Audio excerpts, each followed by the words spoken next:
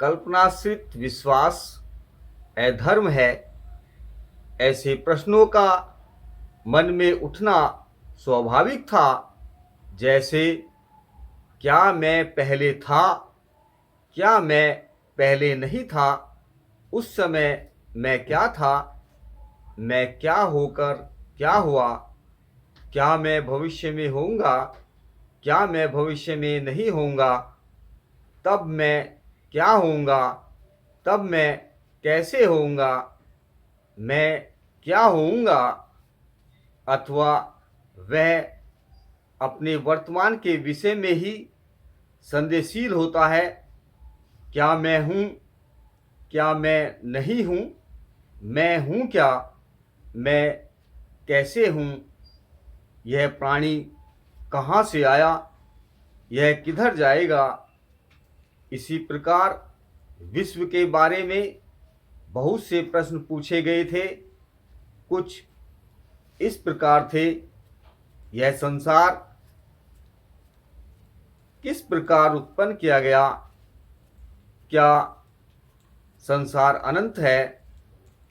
पहले प्रश्न के उत्तर में किसी का कहना था कि प्रत्येक वस्तु ब्रह्मा द्वारा उत्पन्न की गई है। दूसरों का कहना था कि यह प्रजापति द्वारा उत्पन्न की गई है। दूसरे प्रश्न के उत्तर में किसी का कहना था कि यह अनंत है, किसी का कहना था यह शांत है, किसी का कहना था यह ससीम सीमा सहित है, किसी का कहना था यह असीम है। इन प्रश्नों को भगवान बुद्ध ने अव्याकृत रखा। ऐसे प्रश्नों का स्वागत ही नहीं किया। भगवान बुद्ध का कहना था कि ऐसे प्रश्नों को पूछने वाले और उत्तर देने वाले दोनों ही कुछ कुछ विकृत मस्तिष्क होनी चाहिए। इन प्रश्नों के उत्तर देने व दे सकने का मतलब होगा कि आदमी को सर्वज्ञ होना चाहिए, जो कि कोई होता ही नहीं। भगवान बुद्ध का कहना था कि वे ऐसे सर्वज्ञ नहीं कि इस तरह के प्रश्नों का उत्तर दें। कोई भी यह दावा नहीं कर सकता कि जो कुछ हम जानना चाहते हैं वह सब कुछ जानता है, और न कोई यह ही दावा कर सकता है कि किसी भी समय जो कुछ हम जानना चाहते हैं वह किसी को हर समय ज्ञात रहता है। हमेशा कुछ न कुछ अज्ञात रहता ही है। इन्हीं कारणों से भगवान बुद्ध ने ऐसी सब बातों को अपने धर्म से दूर ही रखा। भगवान बुद्ध की दृष्टि में जो धर्म ऐसी बातों को धर्म का अंग माने वह अपनाने लायक नहीं है।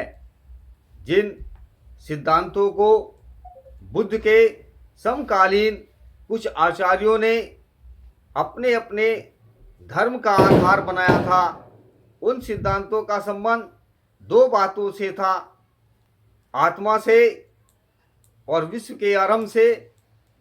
वे आत्मा के बारे में या अपने आप के बारे में कुछ प्रश्न उठाते थे।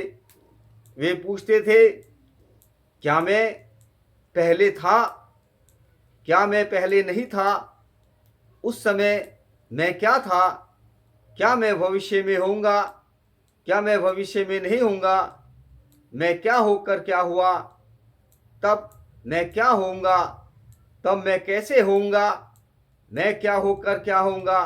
अथवा अपने वर्तमान के ही विषय में संदेहशील होता है। क्या मैं हूँ, क्या मैं नहीं हूँ, मैं हूँ क्या, मैं कैसे हूँ, यह प्राणी कहाँ से आया, यह किधर जाएगा।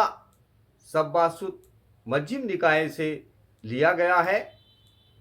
दूसरों ने विश्व के आरंभ के विषय में प्रश्न पूछे कुछ ने कहा इसे ब्रह्मा ने पैदा किया है, दूसरों ने कहा इसे ब्रह्मा ने पैदा किया है, दूसरों ने कहा इसे स्वयं प्रजापति ने अपने आप की आहुति देकर उत्पन्न किया है। दूसरे आचार्यों ने कुछ दूसरे प्रश्न पूछे। संसार अनंत है, संसार अनंत नहीं है, संसार ससीम है, संसार असीम है, जो शरीर है वही जीव है, शरीर अन्य है, जीव अन्य है। सत्य ज्ञाता तथागत मरने के बाद रहते हैं, तथागत मरने के बाद नहीं रहते। वे रहते भी हैं और नहीं भी रहते, वे न रहते हैं और न नहीं रहते हैं। पोटपात सुतंत्र दीर्घ निकाय नामक पुस्तिका से लिया गया है। भगवान बुद्ध का कहना था कि ऐसे प्रश्न उन्हीं लोगों द्वारा पूछे जा सकते हैं जिनके मस्तिष्क कुछ विकृत हों। भगवान बुद्ध ने ऐसे धार्मिक सिद्धांतों का क्यों खंडन किया? इसके 3 कारण थे। पहला कारण था कि इनको धर्म का अंग बनाने में कोई तुक नहीं था। दूसरे, इन प्रश्नों का उत्तर कोई सर्वज्ञ ही दे सकता है, जो कोई होता ही नहीं। उन्होंने अर्थात बुद्ध ने अपने प्रवचनों में इसी बात पर जोर दिया है। बुद्ध ने कहा कि एक ही समय और उसी समय कोई भी सभी बातों का ज्ञान प्राप्त नहीं कर सकता। ज्ञान का कहीं अंत नहीं है। कुछ न कुछ और अधिक जानने के लिए हमेशा रहेगा। इन सिद्धांतों के विरुद्ध तीसरा तर्क यह था कि ये सब सिद्धांत केवल कल्पनाश्रित थे, उनका सत्य परीक्षित नहीं था और न उनके सत्य की परीक्षा ही हो सकती थी। वे केवल कल्पना के घोड़े की लगाम को ढीला छोड़ देने के परिणाम थे। उनके पीछे कहीं कोई तथ्य न था। और फिर इन कल्पनाश्रित सिद्धांतों का एक ही आदमी और दूसरे आदमी के संबंध में क्या प्रयोजन था? एकदम कुछ नहीं। तथागत बुद्ध ने यही नहीं माना था कि संसार का निर्माण हुआ है। तथागत बुद्ध की मान्यता थी कि संसार का विकास हुआ है। नमो बुद्धाय।